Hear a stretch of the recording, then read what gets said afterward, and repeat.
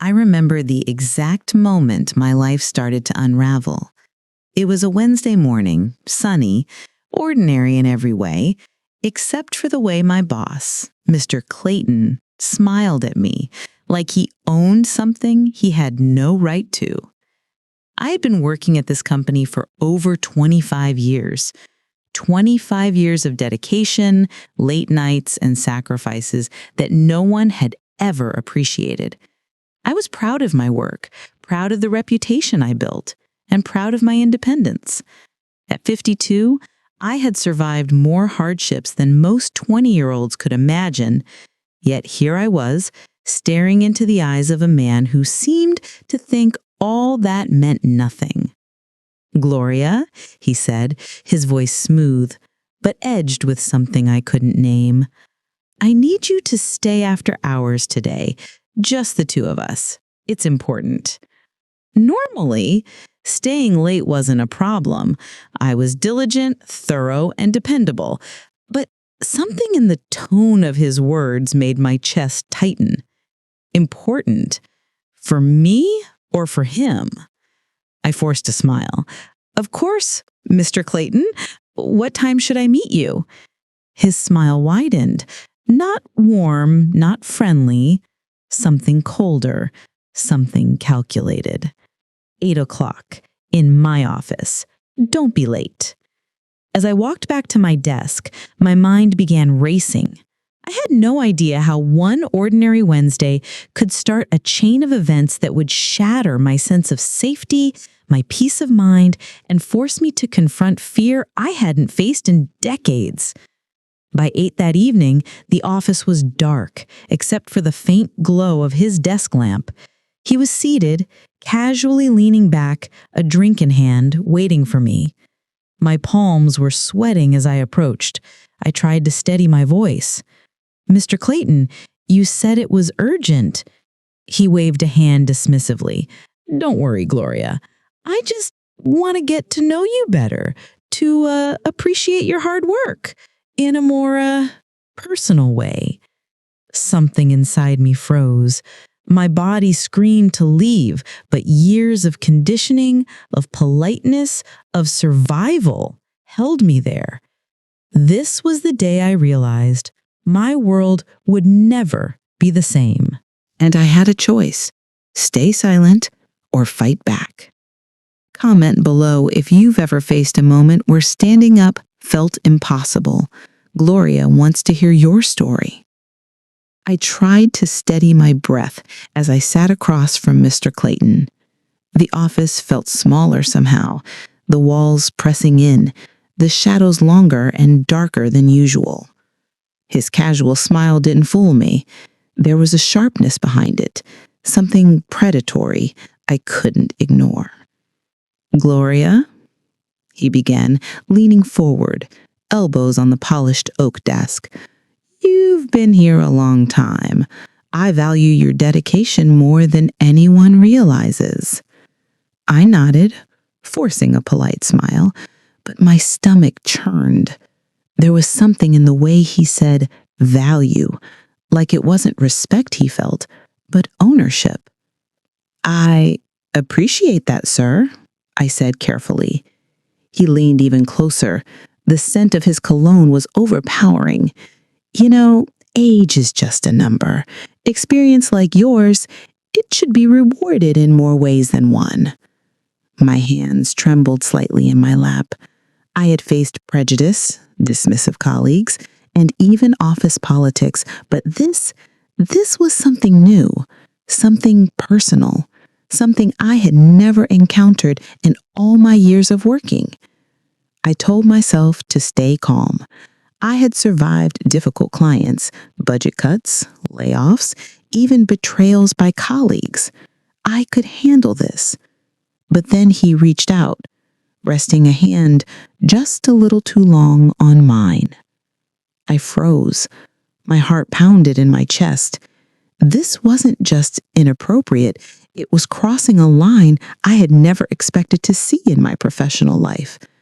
This is not normal. This is not okay, I told myself. I wanted to leave, to grab my bag and walk out, My instincts screamed at me to run, to refuse, to never return. But I also knew the consequences. Losing this job at my age, losing the stability I had fought for all my adult life, was terrifying. So I sat there, frozen, nodding politely, pretending I didn't feel the danger creeping around the edges of the office. What would my friends say? What would my children think? Do I even have a choice? The reality hit me like a punch. I was trapped in a situation where speaking up could cost me everything, and staying silent could cost me my dignity, my peace, and my sense of self. After a long, tense pause, he withdrew his hand and leaned back in his chair, feigning casualness. "Good," he said smoothly. "I knew you'd understand." I forced a weak smile, my throat tight. "Yes, sir." I left the office that night feeling hollow. The corridors of the building felt colder than ever, and the elevator ride down felt endless. By the time I stepped outside into the crisp night air, I felt as though I had aged decades in a single evening. This is only the beginning, I realized. If I don't act carefully, this will destroy everything I've worked for. And deep inside, a fire ignited, a determination I hadn't felt in years. I wasn't going to let him control me, not without a fight. The next morning, I arrived at work feeling drained, my mind spinning with thoughts I didn't dare voice out loud. Every interaction, every glance from Mr. Clayton made my stomach twist. He acted as if nothing had happened, but I knew better. I walked to my office and closed the door, locking it even though the locks offered little real protection. I needed a plan. I needed evidence. I couldn't simply wait for things to escalate, not when the line had already been crossed. I opened my desk drawer and pulled out my small notebook, an old habit from years ago, one I had used to track deadlines and projects. Now it would serve a new purpose. I began writing down everything: the date, the time, his words, his gestures. Every detail mattered. I didn't know who I could trust, and I had learned over the years that memories alone could be twisted or doubted. Written proof would be my shield. As I documented the previous evening, a storm of emotions tore through me: anger, shame, fear, and disbelief. I had survived decades of life's challenges, discrimination, heartbreak, and loss, but this was different. This was personal. This was insidious. I thought about my options. 1, report him immediately to HR. 2, confront him directly. Or 3, document quietly and plan a longer strategy. But even then, a part of me screamed that I shouldn't have to fight in silence. I shouldn't have to tiptoe around my own workplace, my own life. By noon, I had made a decision. I would document everything, step carefully, and find allies who understood the danger. I couldn't let fear paralyze me. Not now, not ever. I glanced out of my office window at the city skyline, sunlight glinting off the buildings, and realized something profound. I had faced worse storms before. I had lost people, opportunities, and dreams, yet I had always risen. And now, standing at the edge of a new kind of battle, I understood that this fight was not just about survival. It was about reclaiming my dignity, my autonomy, and my life. For the first time since that evening, I felt a spark of determination that outweighed the fear. I wasn't a victim, not anymore. The days after that evening passed with a strange mixture of dread and determination. I carried out my duties at work as usual, but every interaction with Mr. Clayton felt like walking through a minefield. His smiles were sharper, his compliments tinged with something I couldn't ignore, a quiet, controlling menace. I started observing him more closely, noting his interactions with other employees. It quickly became clear he didn't just cross boundaries with me. He manipulated, intimidated, and coerced others in subtle, insidious ways. Colleagues who once seemed confident now flinched when he entered the room. Decisions were made under his gaze, and anyone who resisted quietly disappeared from his inner circle. One afternoon, I stayed late under the pretense of finishing a report. I accessed the office archives and began going through emails, memos, and personnel files. What I discovered sent chills down my spine. Patterns of favoritism, threats disguised as guidance, and documentation that could, if interpreted correctly, reveal a history of abuse of power. It became painfully clear that Mr. Clayton had been running a quiet empire of manipulation for years, and I was now trapped inside it. I closed the last folder carefully, my hands trembling. This was bigger than I had imagined. I wasn't just fighting for myself. I was uncovering a network of control that had silenced many before me. That evening, I confided in Marjorie, a senior colleague I had trusted for decades. She listened quietly, nodding, her face tight with concern. "You're not imagining this, Gloria," she said finally. "He's done this before. I've seen it. People leave, people get fired, careers ruined, all because he can't tolerate someone saying no." Her words were both a relief and a warning. I wasn't alone in noticing his behavior, but acting against him was a risk. Marjorie leaned closer and whispered, "You have to be careful. Collect everything you can, emails, messages, anything. If you want to confront him, you need proof." I nodded. Proof. That was my lifeline. Not emotion, not confrontation, but evidence. That night, I started compiling everything I had. Handwritten notes, emails, recordings of subtle threats he had made, and patterns I had observed. Every scrap of information mattered. For the first time in months, I felt a sliver of control. I couldn't undo the fear, but I could prepare. I could plan. And perhaps, just perhaps, I could finally take a step toward reclaiming my life. I went to bed that night exhausted but resolute, the folder of evidence on my nightstand. I knew the road ahead would be dangerous, but I was done waiting for fate to decide. This fight wasn't just about standing up to a boss. It was about standing up to years of silence, fear, and oppression. And for the first time, I felt the faintest flicker of hope. The next morning, I felt a tension in the air I couldn't ignore. Even the fluorescent lights seemed harsher, and the hum of the office computers buzzed in my ears like a warning. I met Marjorie at the small break room, her coffee steaming in her hand. She looked at me seriously, her eyes sharper than usual. "Gloria," she said quietly, "I know you're trying to be careful, but I need you to listen to me. Clayton knows more than you think. He's suspicious of your late nights at the office, and he notices everything. You can't make a single mistake." I nodded, feeling a cold chill run down my spine.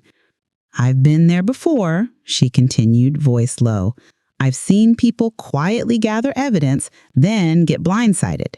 You need to protect yourself. Document everything, yes, but also make sure no one sees you." Her words were a jolt. I had been so focused on gathering proof, I hadn't fully considered that he might already be watching me. All day, I felt eyes on me. Every glance from my coworkers seemed loaded with meaning. Every phone call that didn't go through felt like a potential trap. Even mundane emails seemed like they could be intercepted and used against me. I realized that Clayton's manipulation was subtle, pervasive. He didn't just threaten directly, he created an environment where fear itself became the weapon. By mid-afternoon, my notebook was filled with notes, observations, and timestamps. I recorded every comment, every email, every interaction that made me uncomfortable.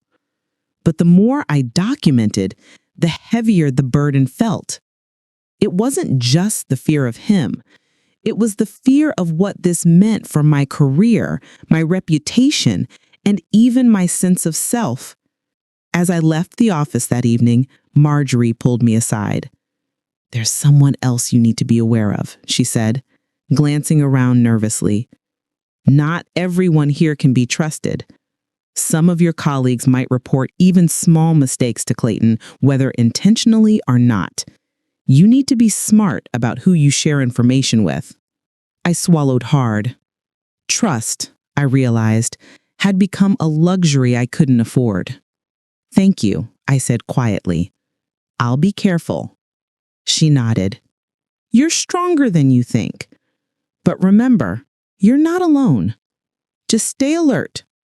Walking to my car in the dim parking lot, I felt a mixture of determination and dread. Clayton's reach extended farther than I had imagined. The office wasn't just a workplace anymore. It was a battlefield. And I had to fight. Because if I didn't, I would lose everything. But deep down, I knew one thing. Fear might control him, but it would not control me. The days that followed were grueling, a constant balancing act between outward composure and inner turmoil. Every morning I put on my professional mask, smiled at colleagues, and greeted Clayton with a neutral politeness that belied the storm inside me. Inside, though, I was fraying at the edges. Anxiety clung to me like a second skin. Each glance from him, each offhand comment became a reminder that I was being watched, measured, and judged. My sleep was restless, my dreams filled with impossible scenarios where one wrong step would ruin me completely. I felt alone. Even though Marjorie had my back, the knowledge that so many others were under Clayton's influence made me cautious. I couldn't afford to trust too freely. Not anymore. I began skipping lunch breaks, working at my desk instead. My phone was always close, ready to record a message or save a suspicious email. I told myself it was precaution. I told myself it was necessary. But late at night, when the house was quiet, I allowed myself to feel the weight of it. I felt powerless, angry, and terrified all at once. For someone who had survived decades of life's challenges, this felt like an invisible prison, one built not by bricks or walls, but by fear and manipulation. I wondered how many others had suffered quietly under his control, how many had bent to his will, how many had lost their dignity without anyone noticing. And I realized I didn't want to be next. Despite the fear, I began noticing small moments of resilience within myself. The courage it took to document every email, every encounter, every subtle threat. This was my armor. The decision to stand firm and not let him break me became a quiet act of defiance. Late one evening, I found myself staring out my bedroom window, the city lights twinkling below. I whispered to myself, "I will not let him win. I am stronger than this." It wasn't much, it wasn't victory, but it was something. And for the first time in weeks, I felt the tiniest spark of hope. I didn't notice the figure outside my window at first, a shadow almost indistinct against the night, but then a movement caught my eye. Someone had been watching me, silent and still. I froze, heart pounding. Was it Clayton? One of his allies? Or someone else entirely keeping tabs on me without my knowledge? The night pressed in, and I understood something I had long suspected. The danger was closer than I imagined. I wasn't just fighting an unfair boss. I was fighting an invisible network of control, and my every move mattered. I tightened my grip on my notebook and whispered to myself once more, "I will not be broken. Not now, not ever. It happened on a Thursday afternoon, a day like any other, or so it seemed. The office buzzed with its usual hum of keyboards, ringing phones, and soft conversations. I had spent the morning meticulously organizing files, making sure every interaction with Clayton was documented. But nothing could have prepared me for what came next. He called me into his office again, that same cold, calculated smile on his face. "Gloria, I need to discuss your progress," he said. But his words had a weight, an undertone I could no longer ignore. I closed the door behind me, trying to steady my shaking hands. My chest felt tight, my stomach twisting into knots. "Sit," he said, pointing to the chair opposite his desk. I obeyed, silent and wary. "I've noticed your dedication," he said, leaning forward. "But I feel you could show even more commitment. A little personal gratitude goes a long way, don't you think?" The implication was clear, and I felt the blood drain from my face.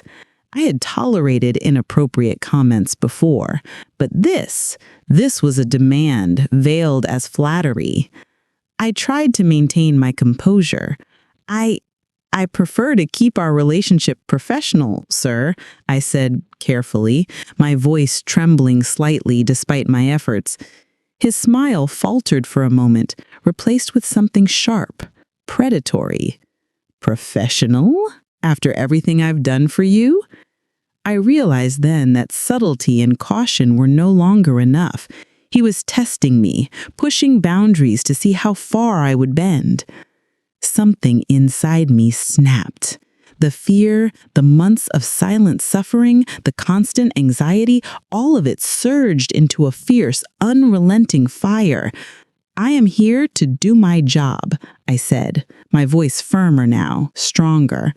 "I will not compromise my dignity, my safety, or my integrity for anyone, no matter the position or the power they hold." His eyes narrowed, and the tension in the room was electric. For a heartbeat, I feared retaliation. But then, something unexpected happened. He leaned back, a slow, calculating smile returning. "You have spirit, Gloria. Don't mistake this for leniency. But we will see how long it lasts." I left the office that afternoon feeling a mixture of triumph and dread. I had spoken up, drawn a line I would not allow anyone to cross. But the reality was clear. This confrontation had changed the game. He would watch me more closely, test me further, and seek subtle ways to undermine me. Still, something within me had shifted. Fear no longer ruled every thought. I had found my voice, and with it a measure of courage I didn't realize I still possessed. That night, I reviewed my notebook, adding every detail from the encounter, every word spoken, every nuance of his behavior. The line had been crossed, and I had survived it. And I knew, with certainty, that this was only the beginning of the fight to reclaim my life, my dignity, and my freedom. The next morning, I arrived at the office with a renewed sense of purpose. Fear still lingered in the back of my mind, a constant hum, but it no longer dictated my every move. I had drawn a line the day before, and now it was time to prepare for the battle ahead. I went straight to my desk, quietly opening my laptop and scanning through the emails, meeting notes, and memos I had collected over the past weeks. Each message, each document added another piece to the puzzle. Clayton's pattern of manipulation, intimidation, and coercion was clearer than ever. I realized I wasn't just preparing for a confrontation. I was preparing for survival. I began copying emails onto a secure flash drive, printing screenshots and organizing them chronologically. I even included notes I had taken during meetings where his behavior had crossed professional boundaries. As I worked, my hand shook, Not from fear, but from the adrenaline of taking control. For the first time in months, I felt powerful, not powerless. Every recorded conversation, every suspicious instruction, every subtle threat became a piece of armor. Just as I was labeling the last folder, Marjorie approached, her eyes cautious. "You're really doing this, Gloria. I can help you, but we need to be careful. Clayton is sharp. He watches more than we think." I nodded. "I know. That's why I'm documenting everything. And I need someone I trust to help me navigate this. That's why I came to you." She hesitated, then said, "You're not alone, Gloria. I'll be your backup. Just don't make any sudden moves he could use against you." It felt like a lifeline. I wasn't facing this nightmare alone anymore. By the end of the day, my evidence folder was complete, organized and secured in a hidden drawer in my office. Each document, each screenshot, each note was a step toward reclaiming my life. But I knew the road ahead would be treacherous. Clayton would sense resistance. He would escalate, test, and manipulate. Every move needed careful calculation. I took a deep breath and whispered to myself, "I've survived worse. I can survive this. I will survive this." For the first time, I allowed myself a sliver of hope. Hope that I could expose him, reclaim my dignity, and perhaps even inspire others who had suffered in silence. The fight had begun, and I was ready. I thought I had a small measure of security in Marjorie, but that sense of safety was shattered one Thursday morning. I had just finished sending a carefully drafted report to the executive board, nothing unusual in itself, but I noticed something off almost immediately. An email I hadn't sent, a document that seemed to have been altered. My pulse quickened as the realization hit me. Someone had been monitoring my work, someone I trusted. I stared at my computer screen, hands frozen. I had been meticulous, careful, methodical, yet here was proof that my enemies, or worse, a betrayer close to me, were already one step ahead. The betrayal was subtle but unmistakable. Someone had copied parts of my evidence folder, potentially alerting Clayton. I replayed every interaction in my mind, every colleague I had confided in, every smile that seemed friendly but might have been calculating. My heart ached. After years of experience navigating office politics, I had believed trust could exist, but Clayton's world thrived on manipulation, and now I saw how deep it ran. I couldn't cry, couldn't panic, not now. I had to think. I had to act. I called Marjorie immediately, my voice tight. Someone's accessed my files. They've been copying documents, and I don't know who. Her silence on the other end lasted a heartbeat too long, and then she said quietly, "Gloria, I think I know who it might be, but you have to stay calm. If this person senses panic, it could get worse." I clenched my fists. "Who?" "Not here. Meet me at the park after work. I'll explain everything." By late afternoon, the office felt suffocating. Every glance from colleagues seemed like a potential accusation, every step down the corridor like a trap. I kept my head down, my hands busy, my mind racing. They realized that Clayton's control was more extensive than I had imagined. Not only had he crossed professional boundaries, but he had also carefully engineered a network of influence that reached into the people I considered allies. It was clear now. Exposing him would not just be a fight against one man. It would be a battle against a system of fear, manipulation, and betrayal. As I left the office, Marjorie waited for me, her expression grim but resolute. "Let's go," she said.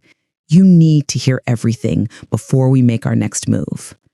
I took a deep breath, preparing myself. Whatever came next, I would face it head on. I had no choice.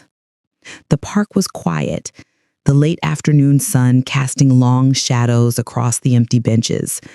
Marjorie led me to a secluded spot beneath an old oak tree, her expression grim. "Gloria," she began, lowering her voice, The person who's been tipping Clayton off. It's someone close to you, someone you trusted. I felt my stomach drop. Who? I whispered, my voice tight. She hesitated. It's Denise. The name hit me like a punch. Denise had been my mentee for years, someone I had guided, trusted, and even defended against office gossip. She had always seemed loyal, eager to learn, and dependable. And yet here she was, an agent of betrayal in Clayton's network. I sat on the bench, silent, letting the news sink in. My mind raced, piecing together subtle inconsistencies, small acts of sabotage I had ignored or dismissed as coincidence. All of it suddenly made sense. I wanted to feel anger, rage, or even despair. But what rose first was fear. Fear that Clayton now had access to my evidence. Fear that my careful plans, months of preparation, could be undone by someone I never expected.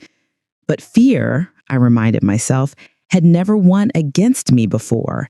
It would not win now. Marjorie placed a hand on my shoulder. "We need a plan," she said. "You can't confront Denise. Not yet. But you can protect yourself and strengthen your position. Make sure Clayton can't use her betrayal against you, and be ready. He will test you again." I nodded, swallowing hard. I knew she was right. Panic would make me vulnerable. Composure would make me dangerous. By the time I returned home that evening, I had made a mental list of actions. 1. Strengthen the security of all evidence. 2. Avoid any communication that could be intercepted. 3. Observe Denise quietly without revealing I knew. 4. Prepare for the possibility that Clayton would escalate. That night, I sat alone in my apartment, staring at the folder of evidence on the kitchen counter. I allowed myself a moment to acknowledge my fear, my anger, my frustration, and even the sense of betrayal that clung to me. Then, slowly, I let that fear harden into resolve. Fear would not control me. Anger would not dictate my moves. Betrayal would not break me. I had survived decades of challenges, discrimination, and heartbreak. I had fought for every ounce of dignity and independence I had. And now, despite Clayton, despite Denise, despite fear itself, I would stand my ground. I whispered to myself, voice steady, heart pounding, "I will not be broken. Not now, not ever." And for the first time in weeks, I slept knowing I was ready to face the storm ahead. The park was quiet, the late afternoon sun casting long shadows across the empty benches. Marjorie led me to a secluded spot beneath an old oak tree, her expression grim. "Marjorie," she began, lowering her voice, "the person who's been tipping Clayton off, it's someone close to you, someone you trusted." I felt my stomach drop. "Who?" I whispered, my voice tight. She hesitated. "It's Denise." The name hit me like a punch. Denise had been my mentee for years, someone I had guided, trusted, and even defended against office gossip. She had always seemed loyal, eager to learn, and dependable. And yet here she was, an agent of betrayal in Clayton's network. I sat on the bench, silent, letting the news sink in. My mind raced, piecing together subtle inconsistencies, small acts of sabotage I had ignored or dismissed as coincidence. All of it suddenly made sense. I wanted to feel anger, rage, or even despair, but what rose first was fear. Fear that Clayton now had access to my evidence. Fear that my careful plans, months of preparation, could be undone by someone I never expected. But fear, I reminded myself, had never won against me before. It would not win now. Marjorie placed a hand on my shoulder. "We need a plan," she said. "You can't confront Denise directly, not yet, but you can protect yourself and strengthen your position. Make sure Clayton can't use her betrayal against you. And be ready. He will test you again." I nodded, swallowing hard. I knew she was right. Panic would make me vulnerable. Composure would make me dangerous. By the time I returned home that evening, I had made a mental list of actions. 1. Strengthen the security of all evidence. 2. Avoid any communication that could be intercepted. 3. Observe Denise quietly, without revealing I knew. 4. Prepare for the possibility that Clayton would escalate. That night, I sat alone in my apartment, staring at the folder of evidence on the kitchen counter. I allowed myself a moment to acknowledge my fear, my anger, my frustration, and even the sense of betrayal that clung to me. Then, slowly, I let that fear harden into resolve. Fear would not control me. Anger would not dictate my moves. Betrayal would not break me. I had survived decades of challenges, discrimination, and heartbreak. I had fought for every ounce of dignity and independence I had. And now, despite Clayton, despite Denise, despite fear itself, I would stand my ground. I whispered to myself, voice steady, heart pounding, I will not be broken. Not now, not ever. And for the first time in weeks, I slept knowing I was ready to face the storm ahead. The following morning, I felt a strange mixture of dread and determination. Clayton's subtle threats and manipulations had escalated over the past weeks, and I knew that words alone wouldn't protect me. I needed a shield. I needed the law. Marjorie accompanied me to a small consulting firm that specialized in workplace harassment cases. I had never thought I'd need a lawyer to defend my professional life, but the moment had arrived. Sitting across from Miss Patel, a no-nonsense attorney with years of experience, I laid out the story, starting from the first inappropriate comment to the documented incidents, emails, and notes I had carefully gathered. Miss Patel listened quietly, occasionally jotting notes, her eyes never leaving mine. "Gloria," she said finally, "what you're describing is serious. And from the documentation you've gathered, you have a strong case, but we need to proceed strategically. Clayton is manipulative. He'll test every boundary, try to discredit you. You have to be meticulous." Her words confirmed what I had feared. This wasn't just about my courage. It was about preparation, timing, and intelligence. Over the next few days, I followed Miss Patel's advice carefully. 1. Secure evidence. Make copies of every email, memo, and note in multiple secure locations. 2. Limit contact. Avoid unnecessary interactions with Clayton while still performing my duties. 3. Document everything. Record incidents in real time with dates, times, and witnesses when possible. 4. Support network. Keep Marjorie and a few trusted colleagues aware, but only as much as necessary. I realized that fighting him would require not just courage, but strategy, patience, and precision. This was no longer just a personal battle. It was a legal one, and I had to treat it like such.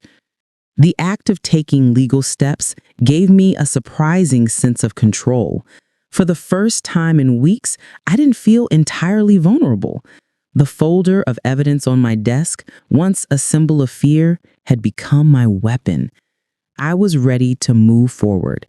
Clayton could try to intimidate me, manipulate Denise, or coerce others, but now I had a system, a plan, and allies. I had prepared for the storm, and I was ready to face it head on. And deep down, I felt a spark of hope. The fight was far from over, but at last, I knew I was no longer defenseless. Weeks had passed since I had formally started documenting everything and consulting with Miss Patel. On the surface, life at work appeared unchanged. Clayton still smiled, still complimented, still pushed boundaries. But beneath that polished exterior, a storm was brewing. I felt it in my bones, anxiety that woke me in the middle of the night, a racing heartbeat that didn't subside even in quiet moments, and a heaviness that weighed down my shoulders. The legal steps I had taken gave me a sense of protection, but they couldn't shield me from the mental strain. Every glance from Clayton, every whisper I overheard from colleagues reminded me that my battle was far from over. I began to notice the small tolls.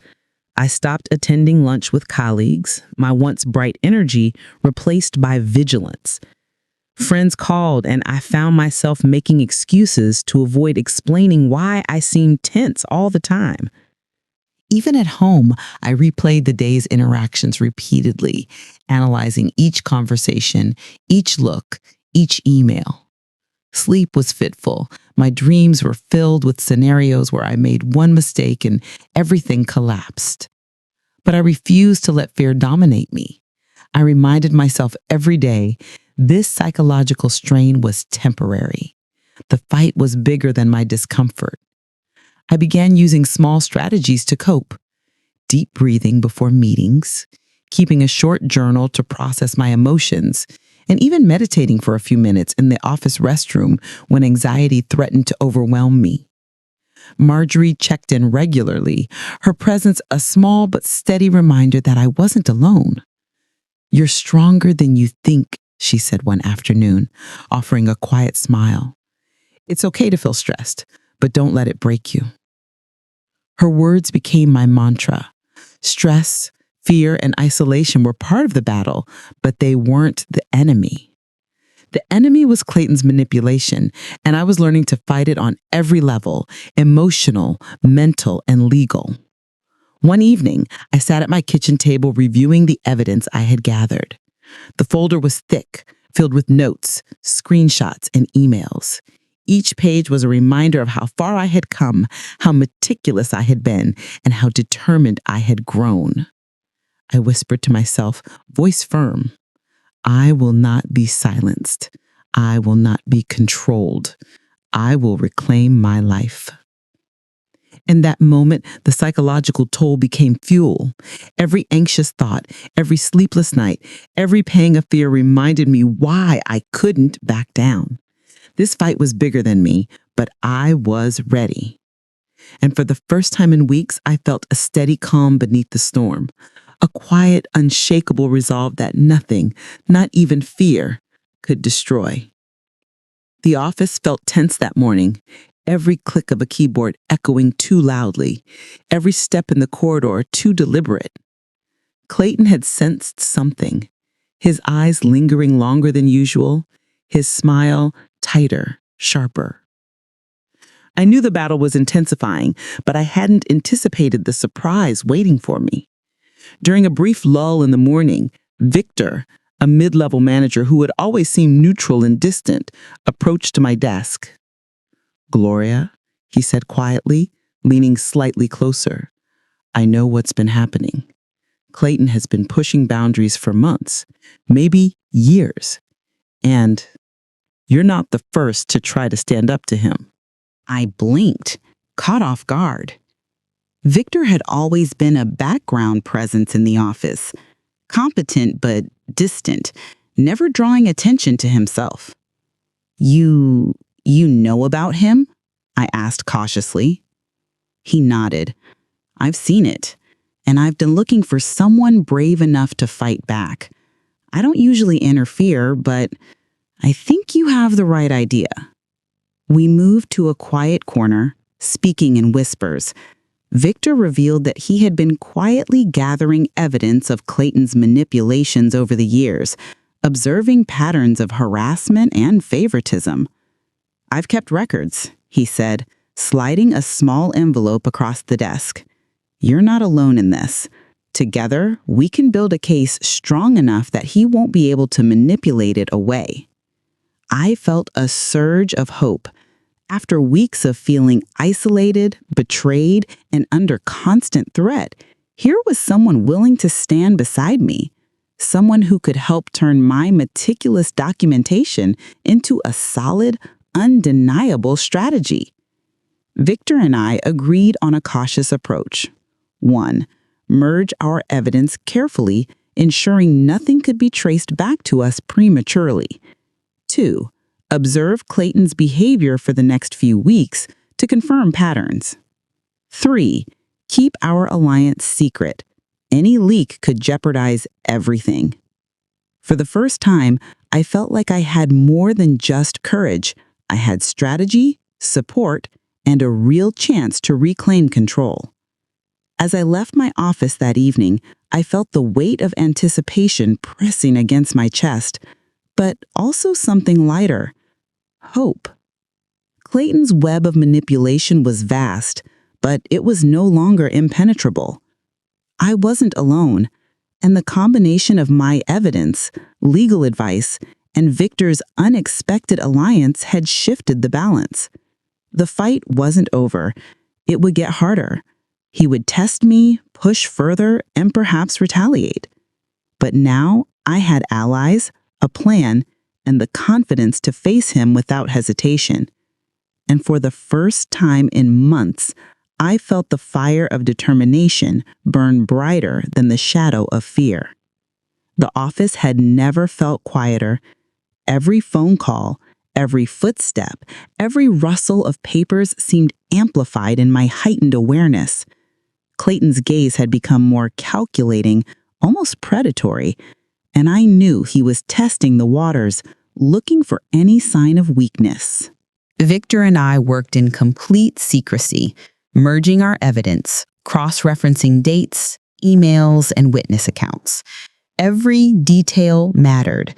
Every small piece of proof brought us closer to a confrontation we had long prepared for. We set rules for ourselves. 1. No impulsive moves.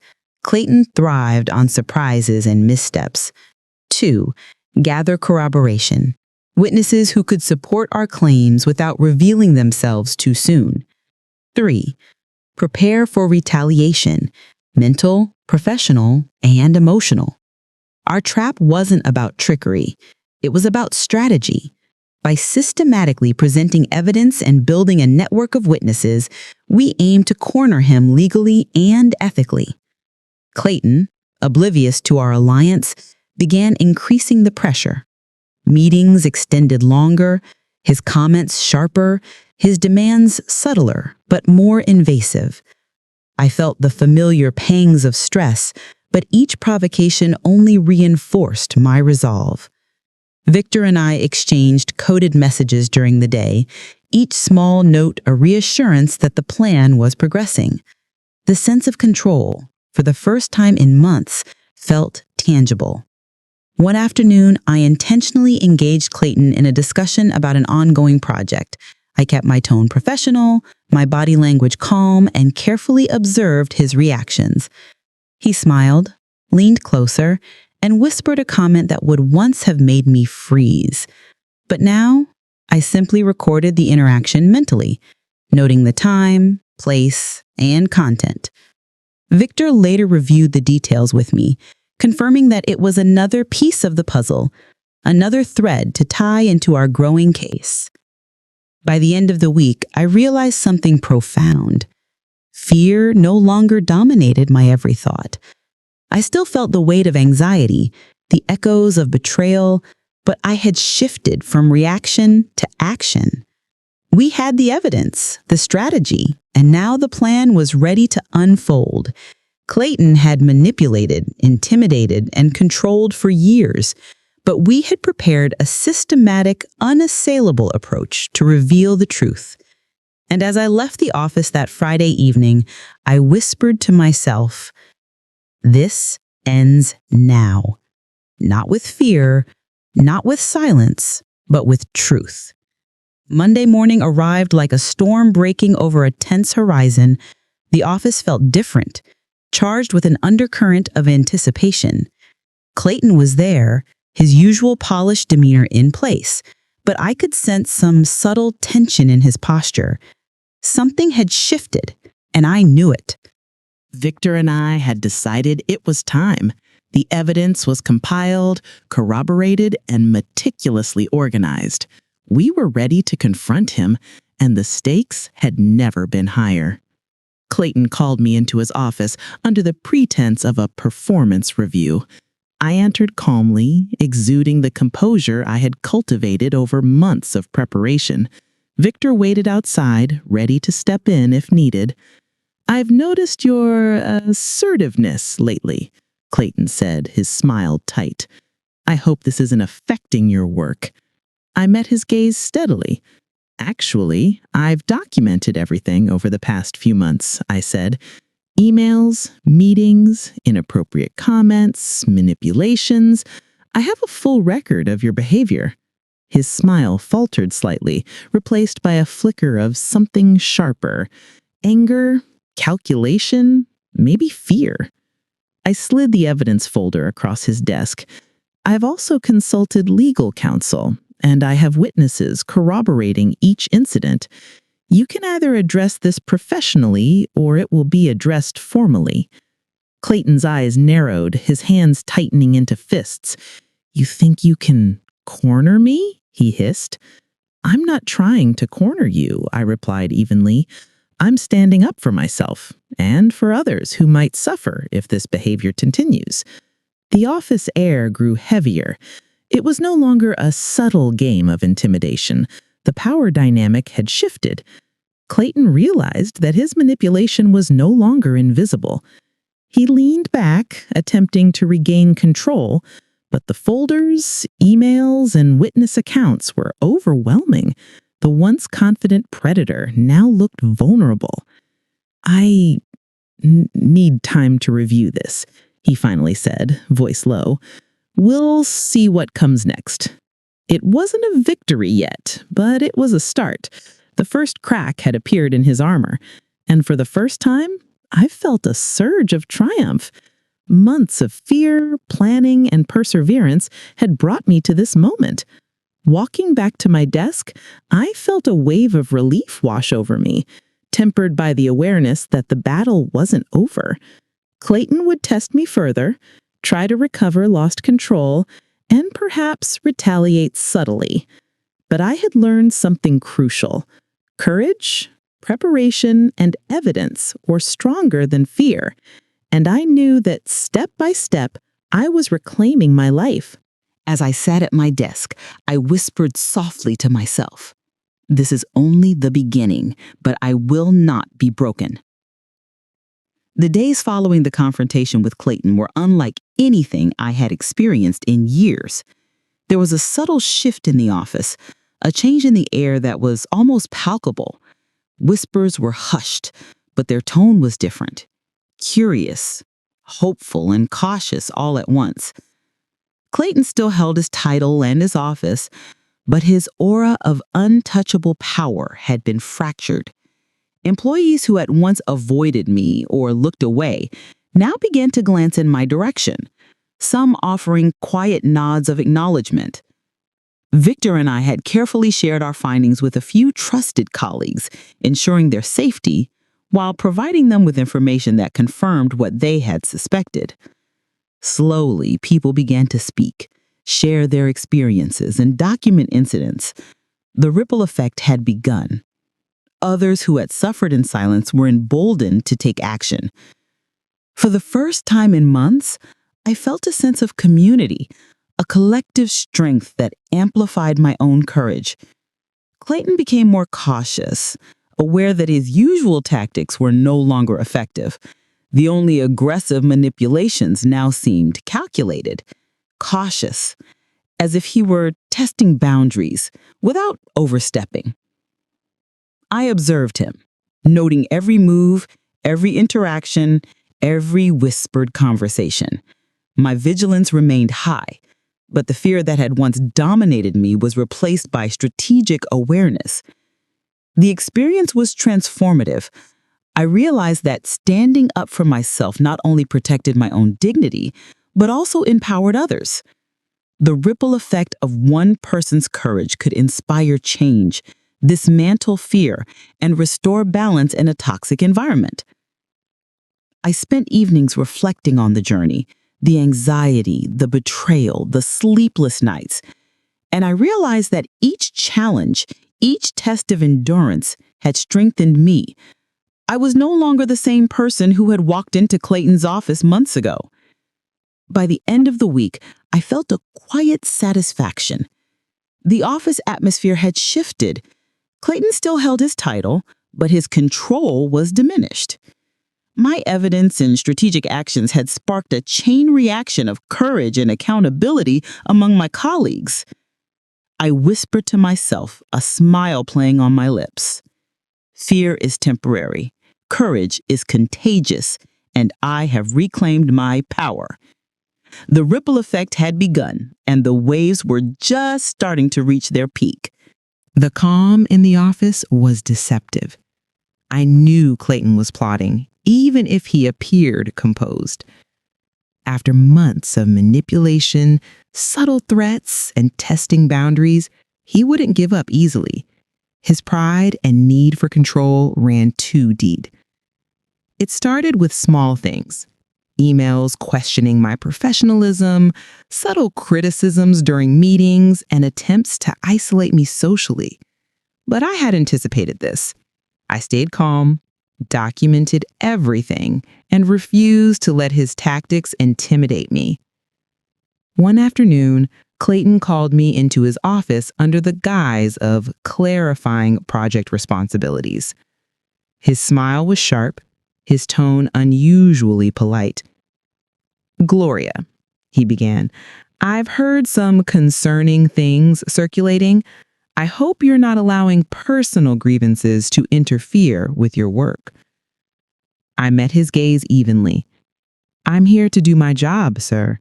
Nothing else interferes with my work." He leaned forward slightly, lowering his voice. "Be careful, Gloria. Some lines, once crossed, have consequences you may not anticipate." It was subtle, but the threat was clear. He was attempting to intimidate me one last time, hoping to regain the psychological upper hand. I felt the familiar surge of anxiety, but kept it in check. Clayton's attempts at fear no longer had power over me. I had prepared, documented, and rallied allies. I was ready. "I'm aware of professional boundaries, sir, and I intend to maintain them. My actions and words are transparent and accountable." He studied me for a long moment, a flicker of frustration crossing his face. Then, as if realizing his subtle intimidation would no longer work, he leaned back and dismissed me. It was a small victory, but in that moment, I realized something crucial. Clayton's last attempt at control had failed. The armor of fear he relied on for years had crumbled.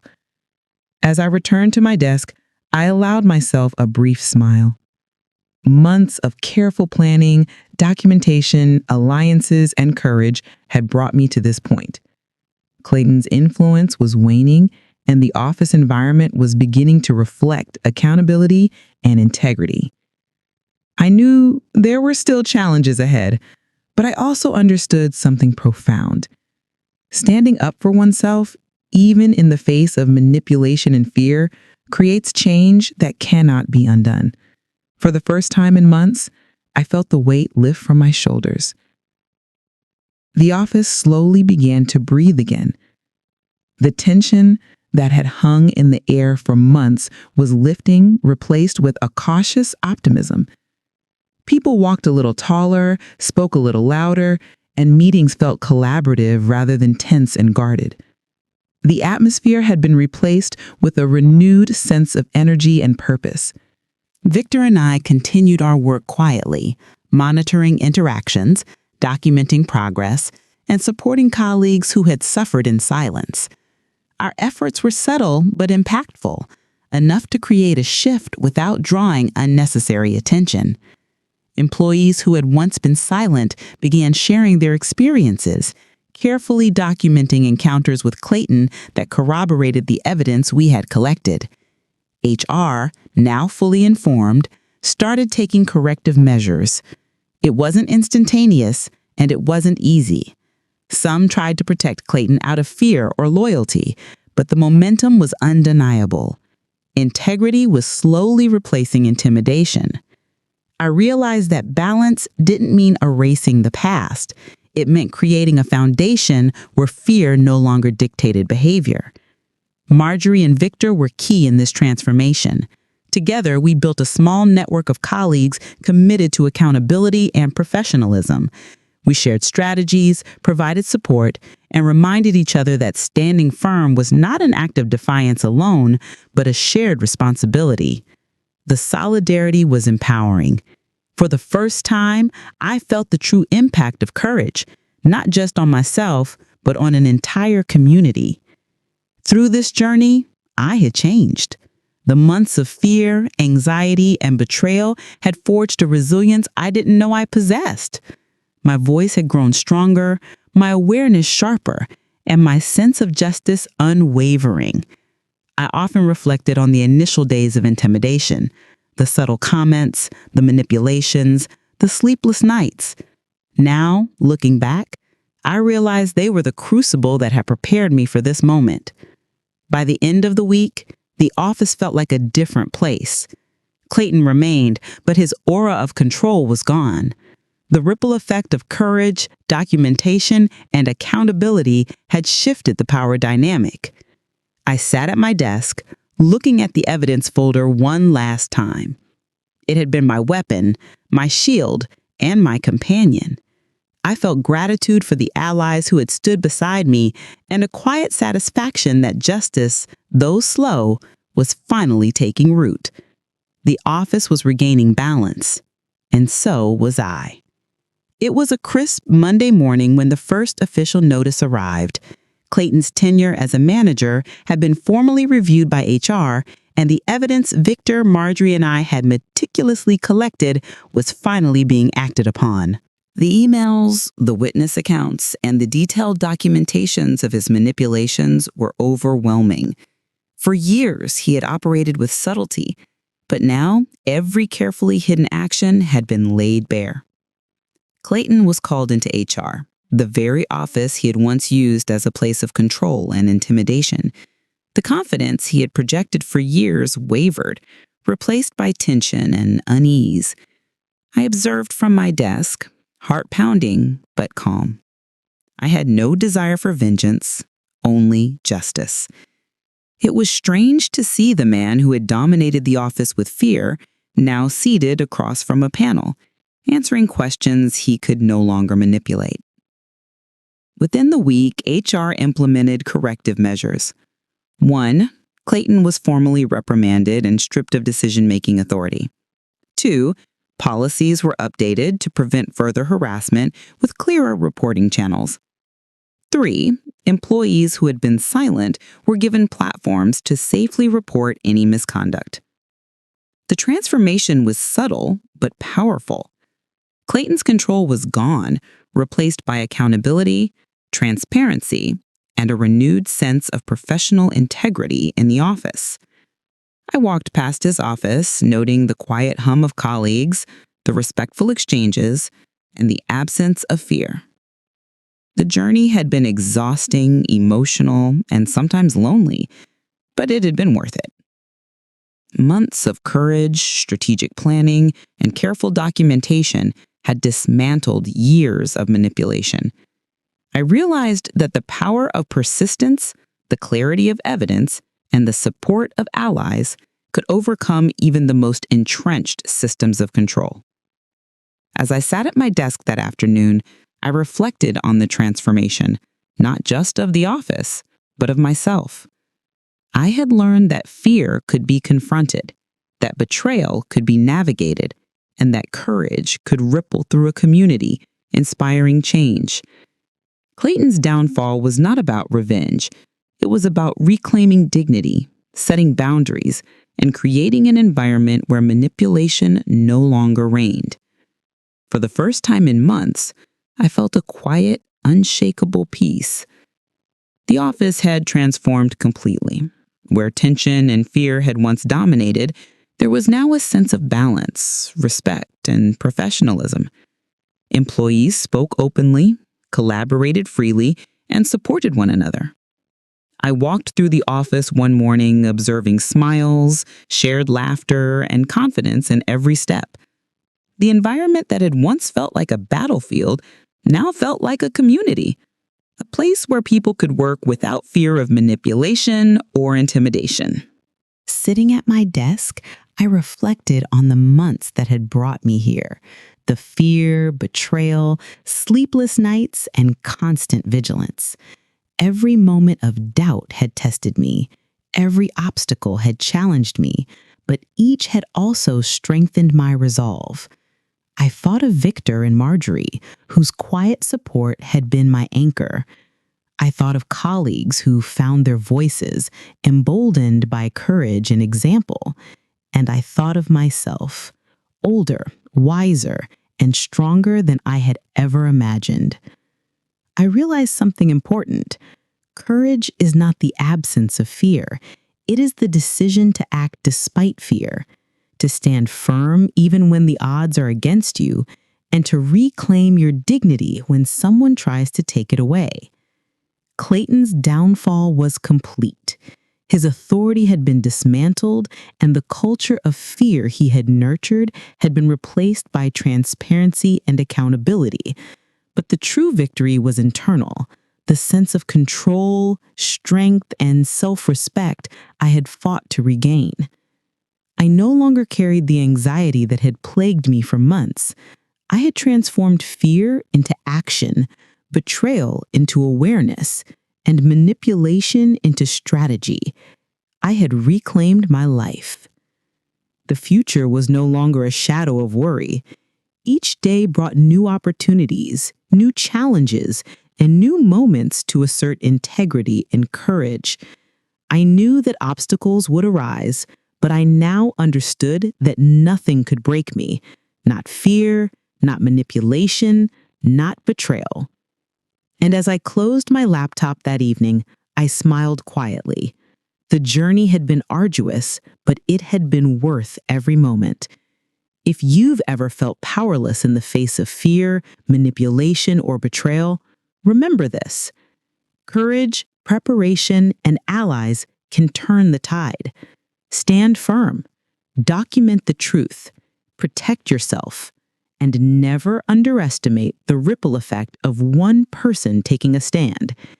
If my story inspired you or gave you strength, like, share, and subscribe for more real-life journeys of courage, resilience, and empowerment. Your courage might just inspire someone else to reclaim their life too.